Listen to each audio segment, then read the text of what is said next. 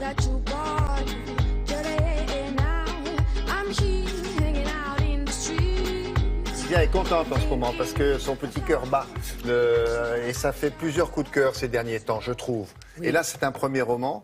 Un premier roman et un premier roman lumineux, dont j'adore l'histoire en plus. Le roman s'appelle Joie. Donc moi, un livre qui s'appelle Joie, je saute dessus. Par les de temps qui Clara courent, oui. Magnani, exactement par les temps qui courent. Publié par Sabine Vespizer. Sabine Vespizer, c'est une éditrice, elle fête ses 15 ans. Elle a vraiment renouvelé, regardez le roman, tant par sa qualité que par sa charte graphique. Aujourd'hui, où tous les romans se ressemblent, ces romans ou ces ouvrages, eux, ne ressemblent à personne d'autre. Et puis un jour, elle est chez elle, elle est à la campagne, et elle reçoit par mail un manuscrit, ce qui est totalement interdit, c'est marqué sur son site, parce que sinon elle serait abreuvée de manuscrits. Oui. Donc elle a ce livre interdit, et qu'est-ce qu'elle fait? Évidemment, elle le lit. Et qu'est-ce qui se passe? Elle l'adore. Donc tout de suite, elle envoie un mail à Clara Magnani pour rentrer en contact avec elle et lui dire qu'elle aime son manuscrit.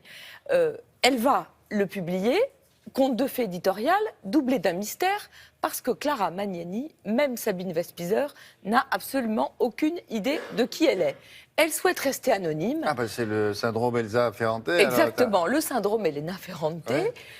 On peut se poser des questions aujourd'hui. Peut-être c'est parce qu'il y a tellement de fausses valeurs, de fausses gloires, que finalement le comble de la célébrité, c'est de rester anonyme. Bien sûr. Peut-être aussi que Clara Magnani, elle a toutes ses raisons de rester anonyme, puisque elle est aussi le prénom de son héroïne, elle s'appelle comme ça, et le livre, c'est l'histoire d'une grande passion adultère. Donc peut-être que tout simplement, elle veut protéger son mariage. Ou alors peut-être tout simplement, c'est un écrivain très connu qui souhaite rester... Émile Ajar, Romain Gary. Exactement, C'est- on ne sait pas. C'est son histoire. C'est l'histoire d'une femme, n'est-ce pas? C'est l'histoire Donc, ouais. d'une femme. Alors, l'histoire, elle est vraiment très insolite et très jolie.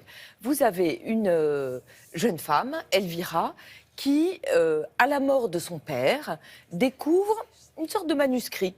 Son père était metteur en scène, elle se dit que c'est un dernier scénario. Pas du tout. C'est un manuscrit qu'il a prévu d'écrire avec une certaine Clara, qu'elle ne connaît pas, qui raconterait l'histoire de leur amour à quatre mains. Lui, il raconterait sa version et elle, sa maîtresse, la commenterait.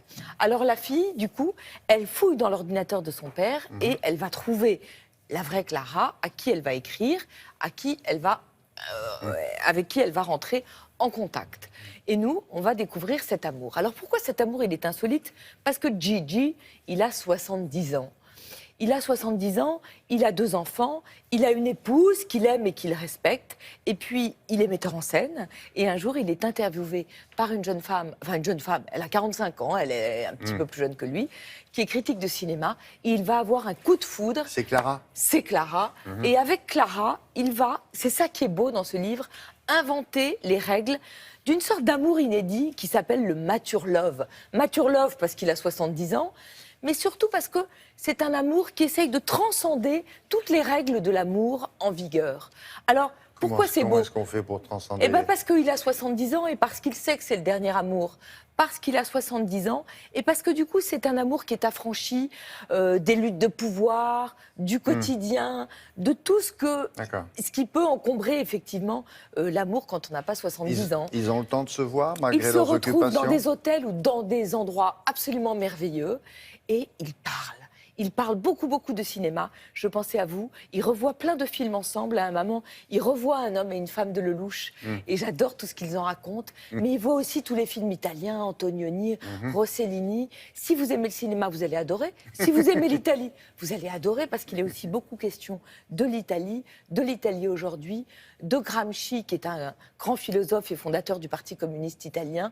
C'est un livre qui rend heureux. Mais Clara, elle risque pas qu'on la reconnaisse?